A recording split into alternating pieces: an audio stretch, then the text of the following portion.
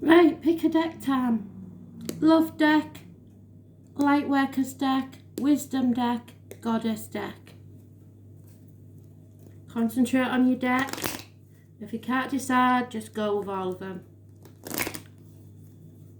Excuse me. One card, Spirit please. Wisdom deck. One card, Spirit please.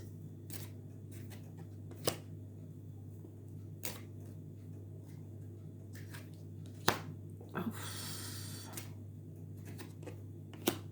And it's the same one again. I think it was a different deck, but it's the same card. So here we go. Wisdom deck. You have the Tower. Shocks, electrical, water problems. It is really that dark, that card. So arguments, accidents, losses within the home, but it's a massive shock, something that rocks your foundations, or a very passionate encounter. So let's see which it's going to be.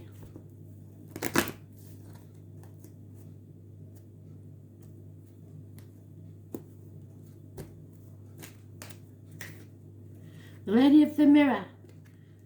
So your life is a reflection of yourself.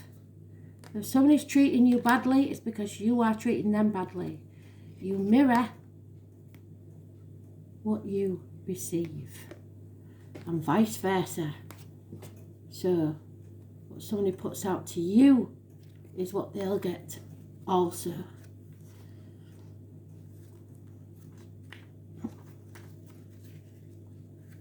Mirror. 44. Master number.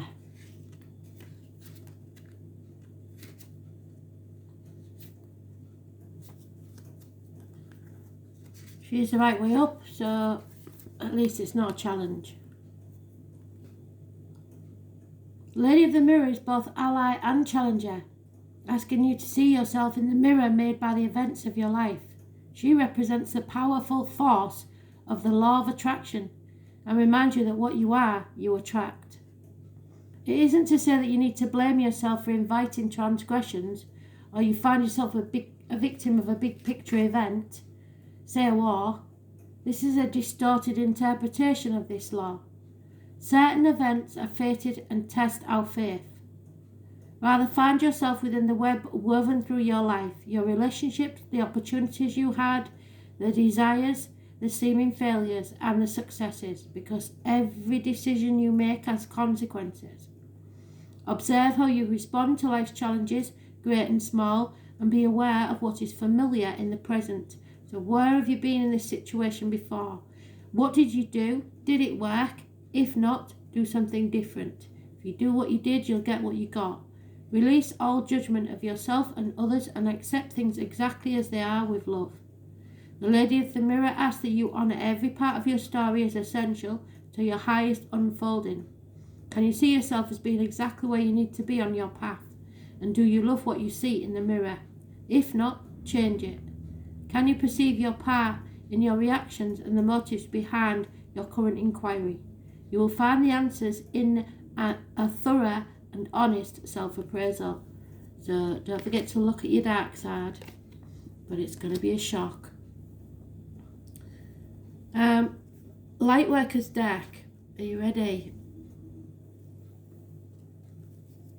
That's the Lightworkers deck. And we have the Temperance card, I believe. Oh no, it's the Hanged Man. So you're putting your boundaries in place. This is Pisces energy. It's karmic situations, secrets, and hidden enemies. Pisces rules the feet and toes, so there may be issues there. And the number 12, massively important. I didn't say the number 16 is massively important on the Wisdom deck. But this one, number 12, living our past, date for your diary and address, massively important. You're finally deciding not to sacrifice your own self anymore for people who aren't grateful, and not playing the victim or the martyr. Deep replenishment. So it's time to think of yourself instead of others. Put your boundaries in place and replenish yourself. Make yourself happy.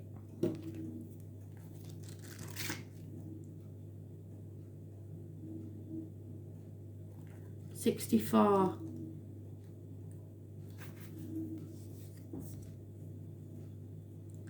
The most selfless thing you can do is to fill up your own inner well. When we're running around half-filled, we subconsciously look to things and people around us to give us the nourishment and nurturing we so deeply crave. Nothing can grow in barren lands, and you are no good to anyone if you're running on empty. The feminine is bountiful, fertile and rich. Tend to your own well, and watch as the amount you have to give multiplies. If your inner well isn't full, you will find yourself craving things from the outside world to fill it. This is our body's instinctive way of reaching for the grounding and nurturing that we are not allowing ourselves. What nourishes you, what refuels your body, what is nectar for your soul, what brings you back to life, what is your secret medicine, and what makes you feel abundant and fertile, overspilling with life. It may be gardening, arranging flowers, getting a massage, a luxurious essential oil, snuggling up on a couch or hiking, sipping a good coffee in your favourite cafe, attending a woman's circle or reading about sacred sites, spontaneous bike rides, walking along a beach or yin yoga. What nourishes you is your medicine, and when you give yourself the medicine that you need to be nourished, you nourish all those around you, for there is more than enough to go around. Do something that refreshes you now. So think of yourself instead of others. It's not selfish to self-preserve. Right? If you want to know only about love, you're in the dark about something. You may be very confused and there will be obstacles in your way. Those born in 1966 plus or minus 12 may be involved, and children. Those born on the 19th living or past, state for your diary and address, massively important in a negative way. So, all very important cards.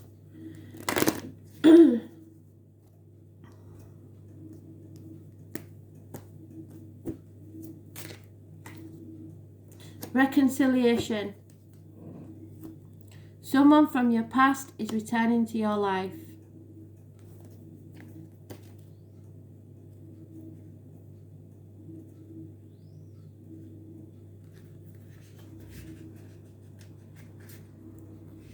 So this may be something that you don't know about. They don't always come back to stay. Sometimes it's for you to settle a long-standing problem.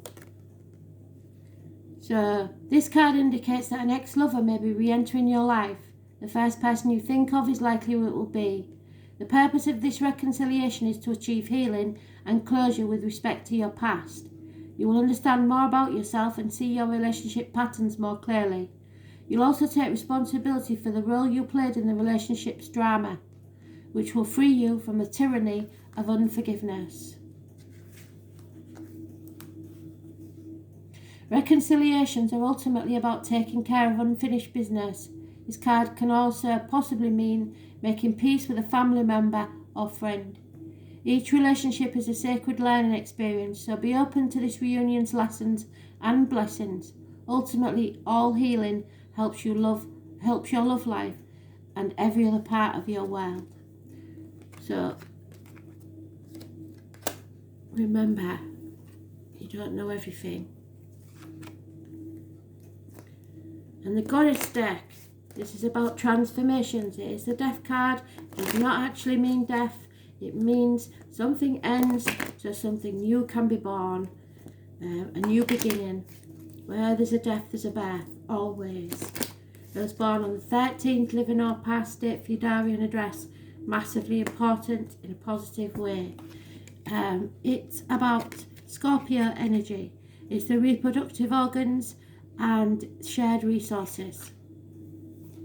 Well, yeah. And it's Freya. So Freya is the goddess of Scandinavia.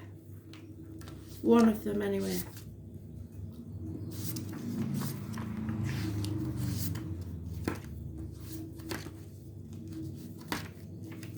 There she is in all her glory, riding a chariot.